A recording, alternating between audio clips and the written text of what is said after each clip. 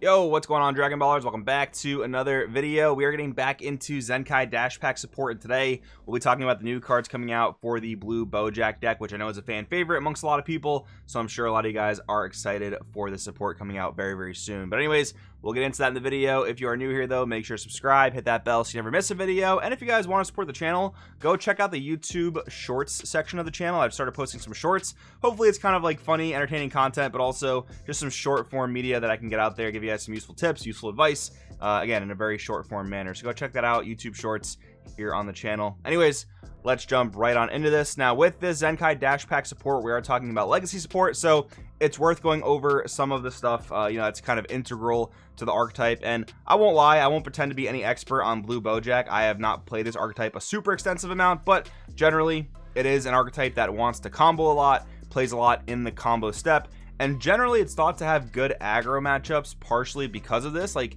you get to play blue's best defensive cards. You have Zeno Super Combo, you have the newly ratted Sensu Bean, which is great in this deck because you mainly want to use it for defense, and you have the Galactic Buster, which was ratted to be usable with only a Boujack Brigade leader. We'll give that card a read later on. But yeah, seems like a very defensive deck, and we'll see if the new support kind of, bolsters it or not. Anyways, on the unawakened side of the leader, permanent on both sides, reduce the combo cost of mono blue Boujack Brigade cards in your hand by 1. Activate battle, use 1 mono blue Boujack Brigade card energy in a combo. If you do, place top card of your deck and your energy in rest mode. So we're getting kind of used to seeing this with blue decks, right? Where your energy is a bit of an extension of your hand. We had that with Gamma, we had that with Android 16, Android 21, and this is no exception, but more of like a mono blue form. And again, reducing the combo cost of the cards is going to allow you to, cheat those costs and get free combos, especially for 10k combos, which is, pretty solid. Awakening relates 3 or less, or you have a blue unison specified cost of 4 in play, aka blue unison. You may draw 2 cards and untap an energy and then flip over, so you get a pretty souped up awakening. Now, before we get to the awakened side of the leader, I do want to talk about Boo for a bit, because I think it is very relevant to talk about with the God Sealing hit, right? I think with the God Sealing hit, Boo is kind of the only unison you can justify playing in most blue decks, because it doesn't need God Sealing to be good. Like, Boo alone either basically skips your opponent's entire turn because they're going to spend their whole turn trying to kill the card, or it's going to stop 2 attacks minimum, right? -1 on a battle card and then block another attack, right? So Boo in this deck is obviously insane because it gets you awakened. That's incredible. But I think in a lot of blue decks, like most blue decks probably going forward, Boo is just going to be the de facto unison to go back to. And I only bring that up because I know it's kind of obvious Boo was like that for a long time, but I think Andrew Duvall kind of popularized the idea of trying out this Tapion unison package in at least Crimson. And I actually played it for a bit, before the ban list has taken effect at my locals, and I like that build quite a bit. So I got to give Andrew kudos for that. After trying it myself, it looks weird at first, but it's really, really strong. But obviously now without God Sealing, you don't really get the benefit of an earlier unison anymore, at least as much as you did before. So yeah, Boo, probably going to be the way to go for most blue decks.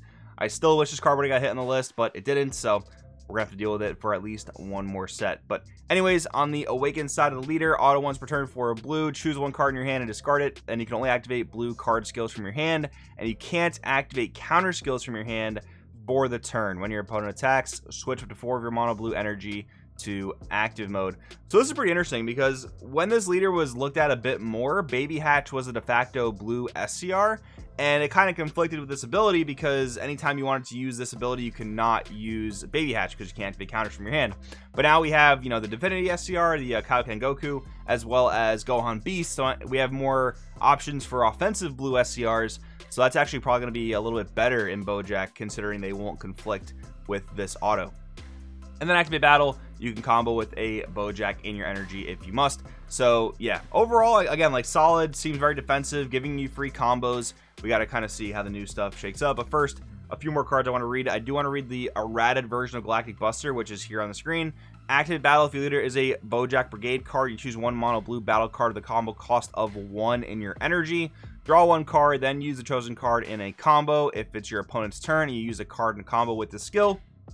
Place a card in your energy from your drop, which is an active mode. At the end of the battle, switch 1 of your energy to rest mode, and you can't activate the activate battle skills on copies of this card for the turn. So this is kind of letting you cheat out even more combos, and it's highly relevant with Boujack on a Rampage, which is the deck's boss monster. This card is going to be important to remember for a card we'll read in a second. But anyways, It's a 1-drop 10k combo, but it costs 0 to combo in this deck. You can evolve it for 5, but typically you're never going to do that. It's a double striking dual attack 30k, great stats.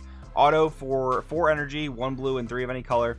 At the end of a battle in which this card was used in a combo from your hand or energy, draw 1 card, choose one of your opponent's battle cards and place it at the bottom of the owner's deck, and then play this card from your drop in rest mode. And then auto, if this card's in rest mode, when your opponent attacks with a battle card, switch one of your blue energy to active mode, and then switch one of your opponent's energy to rest mode. So yeah, big boss monster here. You're able to cheat it out pretty effectively because you're comboing it for free. Galactic Buster can also get you an energy back, you know, to play this card or use your other various Boujack effects. So yeah, again, just more on the point. This is a very defensive deck. And I think when you're looking at a really defensive blue deck like this, like I think you might end up being favored against the red decks, especially in their kind of nerfed state, like Gogeta and Sin. Maybe this deck stands a pretty good chance. But I think against the other blue decks that can kind of go long game, they're not going to let you do a ton of stuff in the combo step. But again, that's like not a matchup I have a ton of experience with. So yeah, if you guys know more, how does blue Boujack stack up against other blue decks? Maybe more mid-range, maybe more control decks. I'm assuming the green matchup's probably going to be rough. The green matchup is rough for most blue decks when they can pick at your hand, and I don't think Boujack's can have a super crazy hand. But yeah, just some of my opinions on some of the matchup stuff. But let's go and read some of the new cards. So we have Zangia, Beautiful Slayer. Now, what's awesome about this, before I even read the effect, this is a deck that's getting Zenkai support that actually combos well. Like, that is something we don't see all the time, so it is very nice to see that here. We have Zangia the Evildoer, an older card for the deck. Basically, when it's comboed from your energy or battle area, you draw 1. So you get value from comboing this, and then that's going to set up Zangia the Beautiful Slayer much more easily, especially because it only costs 1 Z energy. Like, this card, its cost off the bat, incredible. Let's read the effect. Barrier auto limit 1. If your leader is a Boujack Brigade card and all your energy is blue, when this card's played, place 1 Boujack Brigade from your hand and your energy in rest mode. Is that just a straight up ramp? Yeah, that seems to just be a straight up ramp. Okay, so we're introducing some ramp into this deck. That's definitely an interesting element. That's gonna allow you to awaken on turn 3 with Boo Unison. That's actually kind of insane. That's actually really strong. KO this card. When you play a blue Boujack card, that card gains barrier till the end of your opponent's next turn. So remember, I said it's important to remember what the 8-drop boss monster does. This is going to give the boss monster barrier upon play. So this card is actually like A+. Like, if I had to rate this card's an A+.